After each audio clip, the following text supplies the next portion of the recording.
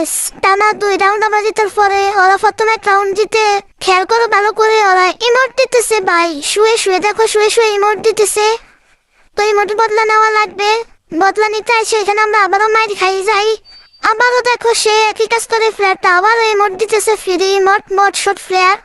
তো গাইস ইমোটের বদলা তো নেওয়াই লাগবে, দেখো আমরা রিভেঞ্জ নিতে পারি কিনা, ইমোটের বদলা নেওয়াই লাগবে। এখানে একটা ফ্ল্যাগে নক করে দিচ্ছি, নক করেও কিন্তু আমি কনফার্ম করে দিই, কারণ আমরা আছি 2টা, ওরা আছে 3টা, অতএব ওরা এই রাউন্ডটা নিয়ে নেয়।